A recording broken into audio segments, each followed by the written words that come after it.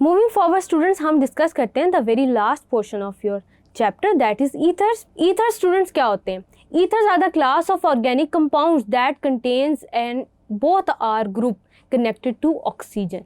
They have the general formula ROR prime, जैसे कि students आप देख सकते हैं, where R and R can be aryl और alkyl groups. aryl का मतलब है स्टूडेंट्स कोई बेंजाइल ग्रुप भी इसके साथ अटैच होते हैं, यानी कि बेंजीन रिंग भी हो सकती है। तो students moving forward nomenclature discuss करते हैं, एक कंपैरिजन करते हैं कि हम IUPAC नेम्स और कॉमन नेम्स कैसे डिफरेंट हैं, ताकि आपको कन्फ्यूजन ना हो। स्टूडेंट्स, जब दो मिथाइल ग्रुप कनेक्टेड होंगे ऑक्सीजन के साथ, then it will become dimethyl ether. Dimethyl ether students इसका कॉमन नेम होगा। IUPAC की कंडीशंस के ऊपर स्टूडेंट्स हम क्या करते हैं कि हम एक पेरेंट ले लेते हैं, चेन अपनी, और एज अ रिजल्ट दूसरे को हम सब्स्टिट्यूएंट के तौर पे डील कर रहे होते हैं। यानी कि अगर मैंने ये वाली चेन ले ली है, then it will be methoxy and parent chain will be methane. अब आगे कैसे है इसको हम डिस्कस करते हैं। अब स्टूडेंट्स आपके पास यहाँ पे जो स्ट्रक्चर नंबर 2 है, वो आपके पास कॉमन नेम्स का हम कह सकते हैं कि फिनाइल ग्रुप है, फिनाइल मीथाइल ईथर। स्टूडेंट्स याद रखिएगा, जब भी हम कॉमन नेम्स लिखते हैं, कॉमन नेम्स जब हम लिखते हैं तो आपके पास जो बड़ा सब्स्टिट्यूएंट होता है ऑक्सीजन के एक तरफ, उसको हम पहले नेम कर रहे होते हैं, उसके साथ पहले अल्काइल ग्रुप होता है या जो भी होता है। देन स्टूडेंट्स जो आपके पास छोटा सब्स्टिट्यूएंट होता है उसको आप नेम करते हैं, तरतीब में उसको वैसे लिखते हैं, एंड देन आप एंड पे ईथर लिखते हैं। जैसे यहाँ पे इस केस में हमने लिखा फिनाइल मीथाइल ईथर। यहाँ पे हम कैसे लिखेंगे कॉमन नेम? यहाँ पे हम लिखेंगे ईथाइल मीथाइल ईथर, यानी कि स्टूडेंट्स आप हैवी सब्स्टिट्यूएंट को पहले लिखेंगे, लाइट को बाद में लिखेंगे और एंड पे ईथर लिखेंगे। देन स्टूडेंट आप IUPAC नेम कैसे लिख रहे होंगे? IUPAC नेम में स्टूडेंट्स आप ये कर रहे होंगे कि आप एक पेरेंट चेन सेलेक्ट करेंगे, पेरेंट चेन सेलेक्ट करेंगे, उसके बाद आप क्या करेंगे कि उस पेरेंट के ऊपर आप सब्स्टिट्यूएंट जो है उसको मिथॉक्सी, इथॉक्सी इस तरह से लिखेंगे। जैसे यहाँ पे स्टूडेंट्स आपके पास ये मिथॉक्सी है एंड देन ये पेरेंट में आपके पास इथेन आ गया। बिल्कुल इसी तरह स्टूडेंट्स ये आपके पास एज अ सब्स्टिट्यूएंट काम कर रहा होगा, मिथॉक्सी, देन आप इसका CH3 CH2 CH2 CH3, यानी कि ये आपके पास हो जाएगा मिथॉक्सी प्रोपेन। इसी तरह मिथॉक्सी ब्यूटेन, इसी तरह मिथॉक्सी पेंटेन, इसी तरह मिथॉक्सी हेक्सेन। तो यूँ आपके IUPAC नेम जो है वो वेरी करेंगे। मूविंग फॉरवर्ड स्टूडेंट्स हम थोड़ा सा स्ट्रक्चर जो है वो कंपेयर कर लेते हैं, नेमिंग कंपेयर कर लेते हैं IUPAC की और कॉमन की। मिथॉक्सी मीथेन को हम कहते हैं डाईमिथाइल ईथर, इथॉक्सी इथेन को हम कहते हैं commonly diethyl ether, methoxy ethane को हम कहते हैं ethyl methyl ether. Then students 1-chloro-3 ethoxy propane है, उसको आप कैसे लिख रहे होंगे कि 3-chloropropyl हैवी सब्स्टिट्यूएंट पहले एंड देन इथाइल ईथर। ये तो हो गया स्टूडेंट्स एक comparison between IUPAC and common names. आगे हम स्टूडेंट्स रिएक्शंस डिस्कस करते हैं जिनके थ्रू आपके पास ईथर्स जनरेट होते हैं। सबसे पहला रिएक्शन स्टूडेंट्स आपके पास है for the conversion of alcohols to ethers. बड़ा पॉपुलर रिएक्शन है स्टूडेंट्स, इसको हम कहते हैं बाय नेम रिएक्शन है, इसे हम कहते हैं विलियमसन सिंथेसिस। विलियमसन सिंथेसिस के नतीजे में आपके पास ईथर्स जनरेट होते हैं। अल्कोहल आपने लिया, इथाइल अल्कोहल था, सोडियम के साथ रिएक्ट किया, आपके पास बन गया एथॉक्साइड आयन, एथॉक्साइड आयन बना आपके पास सोडियम एथॉक्साइड। अब स्टूडेंट्स ये सोडियम एथॉक्साइड आयन है, इसको आप अल्काइल हेलाइड के साथ जब रिएक्ट करवाएंगे तो ये आपके पास NaCl जनरेट कराएगा salt, and then as a result आपके पास डाई इथाइल ईथर जनरेट होगा। ये हो गया स्टूडेंट्स आपके पास विलियमसन सिंथेसिस। उसके बाद आप रिएक्शन देखेंगे अल्काइल हेलाइड का सिल्वर ऑक्साइड के साथ। अल्काइल हेलाइड स्टूडेंट्स आपके पास 2 कंपाउंड्स होते हैं। अब मैं आपको बाय जनरल एक मैकेनिज्म बता रही हूँ, जनरल इक्वेशन के थ्रू, बाद में हम इसको इथाइल के लिए भी देखेंगे, इथाइल क्लोराइड के लिए देखेंगे। ये स्टूडेंट्स 2 आपके पास हेलाइड हैं, ये याद रखने के लिए स्टूडेंट्स आपके कि ये दोनों मिल जाते हैं 2 सिल्वर एटम्स के साथ और ये क्या बना लेते हैं, सिल्वर हेलाइड बना लेते हैं। सिल्वर हेलाइड जब ये बना लेते हैं तो ये ऑक्सीजन के साथ कनेक्ट हो जाते हैं बाय मैकेनिज्म, जो कि आपकी सिलेबस में नहीं है। देन स्टूडेंट्स क्या होता है, आपके पास ईथर जनरेट हो जाता है। अब स्टूडेंट्स हम क्या करते हैं, इसको एक पर्टिकुलर एग्जांपल के लिए, स्पेसिफिक एग्जांपल के लिए डिस्कस कर लेते हैं।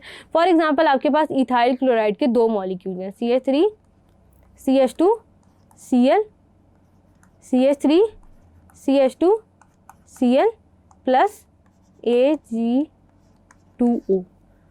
अब स्टूडेंट्स ये क्या होता है, आपके पास ये दोनों क्लोराइड आयंस कनेक्ट हो जाते हैं सिल्वर के साथ, और एज अ रिजल्ट क्या होता है कि ये दोनों आपके पास इथाइल ग्रुप कनेक्ट हो जाते हैं ऑक्सीजन के साथ।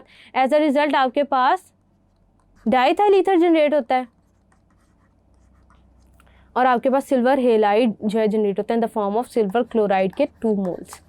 ये हो गया students reaction of alkyl halides with silver oxide. आगे चलते हैं, डिहाइड्रेशन ऑफ अल्कोहल्स डिस्कस करते हैं। स्टूडेंट्स, हमने डिहाइड्रेशन ऑफ अल्कोहल्स के लिए एक पर्टिकुलर रिएक्शन भी डिस्कस किया था जो कि 140 डिग्री सेल्सियस पे हो रहा था। एसिड कैटालाइज रिएक्शन था, कंडेंसेशन रिएक्शन था, ये डिस्कस किया था हमने, और इसके लिए पर्टिकुलरली मैकेनिज्म भी डिस्कस किया था।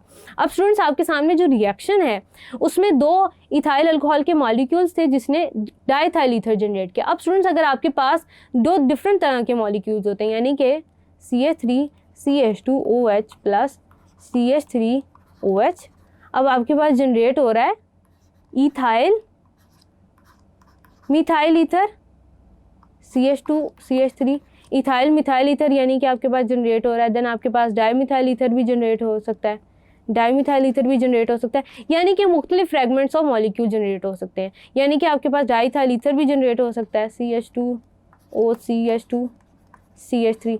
यानी कि अगर आप डिफरेंट तरह के मॉलिक्यूल्स यूज़ कर रहे हैं अल्कोहल के, तो आपके पास डिफरेंट तरह की फ्रेगमेंटेड प्रोडक्ट्स बनती हैं। अब स्टूडेंट्स, यहाँ पे हम डिफरेंस डिस्कस करेंगे सिमेट्रिकल और अनसिमेट्रिकल ईथर्स के अंदर। स्टूडेंट्स, वो ईथर्स जिनके अंदर ऑक्सीजन के गिर्द same number of carbon atoms exist करते हैं उनको हम कहते हैं सिमेट्रिकल ईथर, उनको हम कहते हैं सिमेट्रिकल ईथर्स।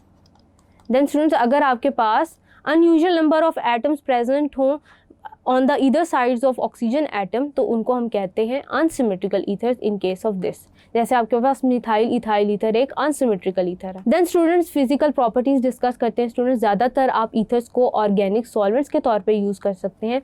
क्यों? वो इसलिए क्योंकि ये रिएक्ट नहीं करते, थोड़े से इनर्ट होते हैं। स्टूडेंट्स, ये कलरलेस लो बॉइलिंग लिक्विड्स होते हैं और हाईली इनफ्लेमेबल कंपाउंड्स होते हैं। ये अच्छे सॉल्वेंट्स होते हैं, इनको एनेस्थेटिक के तौर पे यूज़ किया जाता है जो लोअर ईथर्स होते हैं। उसके अलावा स्टूडेंट्स, इनकी डेंसिटी वाटर से कम होती है और ये सोल्यूबल होते हैं सल्फ्यूरिक एसिड के अंदर। देन स्टूडेंट्स, हम कुछ रिएक्शंस हैं वो डिस्कस कर लेते हैं मैकेनिज्म के साथ। स्टूडेंट्स, एक रिएक्शन है जो हम डिस्कस करने जा रहे हैं वो है ईथर का। जनरल आपने ईथर ले लिया है, उसका हाइड्रोजन ब्रोमाइड के साथ आप रिएक्शन देख सकते हैं। स्टूडेंट्स, ये रिएक्शन कंप्लीशन की तरफ प्रोसीड नहीं करता, इंस्टेड ईथर का वो रिएक्शन जो कि हाइड्रोजन आयोडाइड के साथ होता है वो कंप्लीशन की तरफ जाता है। स्टूडेंट्स, हम इसका मैकेनिज्म डिस्कस कर लेते हैं। ROR हाइड्रोजन ब्रोमाइड के साथ रिएक्शन होता है, यानी कि आपके पास हाइड्रोजन के ऊपर पार्शियल पॉजिटिव चार्ज है, ब्रोमाइड के ऊपर आपके पास पार्शियल नेगेटिव चार्ज है। ये ऑक्सीजन ये हाइड्रोजन पिक कर लेता है एंड एज अ रिजल्ट आपके पास ऑक्सोनियम आयन जनरेट होता है। Oxonium ion, oxygen with 3 bonds, and as a result आपके पास पॉजिटिव चार्ज आ जाता है यहाँ पे। देन स्टूडेंट्स, ये रिएक्शन आगे प्रोसीड नहीं करता, ये इसी इंटरमीडिएट तक जाता है। देन स्टूडेंट्स, आपके पास रिएक्शन है विद हाइड्रोजन आयोडाइड। अब ये कंप्लीशन तक जाता है, यानी कि इसके नतीजे में आपके पास 2 तरह के मॉलिक्यूल जनरेट होते हैं। आपके पास अल्कोहल भी जनरेट होती है, आपके पास आयोडाइड भी जनरेट होता है। वो कैसे, उसको हम डिस्कस कर लेते हैं।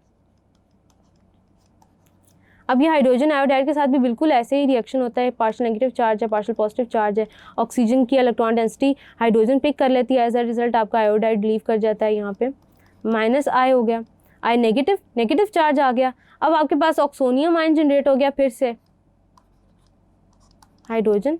अब क्या होता है स्टूडेंट्स, यहाँ पे जो ये आयोडाइड आयन होता है जो आपके पास जनरेट होता है, ये क्या करता है, ये इस अल्काइल ग्रुप पे अटैक करता है, इसके कार्बन पे अटैक करता है। क्यों? क्योंकि ये एक इलेक्ट्रोफिलिक सेंटर है एंड एज अ रिजल्ट क्या करता है, यहाँ पे electron density as a result balance हो जाती है, जिसकी वजह से आपके पास एक अल्कोहल और एक अल्काइल आयोडाइड जनरेट होता है। एज अ रिजल्ट स्टूडेंट्स, आप देख सकते हैं ROH प्लस RI, यानी कि अल्काइल आयोडाइड आपके पास जनरेट होता है। स्टूडेंट्स, ये तो हो गया आपके पास रिएक्शंस। अब हम स्टूडेंट्स एट लास्ट डिस्कस करते हैं एंटीसेप्टिक्स, डिसइंफेक्टेंट्स और एनेस्थेटिक्स को। स्टूडेंट्स, आपके पास एंटीसेप्टिक्स वो केमिकल्स होते हैं जिनको आप अपनी स्किन पे यूज़ कर सकते हैं to control the growth of micro organisms. Disinfectants students वो केमिकल लिक्विड्स होते हैं जिनको आप अपने वॉशरूम्स के अंदर या सैनिटेशन के लिए यूज़ करते हैं एज केमिकल्स, ताकि माइक्रो ऑर्गेनिजम्स या माइक्रोबियल अटैक को रोका जा सके या किसी किस्म के फंगल अटैक को रोका जा सके। उसके अलावा स्टूडेंट्स, हम इनके अंदर एंटीसेप्टिक्स के अंदर और डिसइंफेक्टेंट्स के अंदर खास तौर पे फिनोल्स यूज़ होते हैं, जिनको हम ऑलरेडी डिस्कस कर चुके हैं। इनकी कैरेक्टरिस्टिक फिनोलिक ऑडोर भी इन डिसइंफेक्टेंट्स के अंदर से आ रही होती है। उसके अलावा स्टूडेंट्स, जो लोअर ईथर्स होते हैं उनको हम यूज़ करते हैं एनेस्थेटिक्स के तौर पे। उसके अलावा स्टूडेंट्स, आप नाइट्रस ऑक्साइड को यूज़ कर सकते हैं, क्लोरोफॉर्म को यूज़ करते हैं।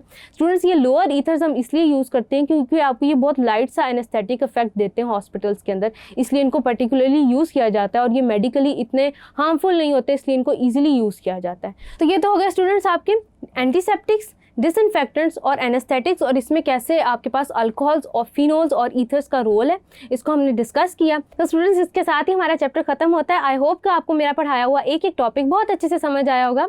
This is your on-screen chemistry instructor Rimsha Sir signing off from tutoria.pk. Inshallah, we'll see you in the next video with next chapter. Till then, take care. Allah Hafiz.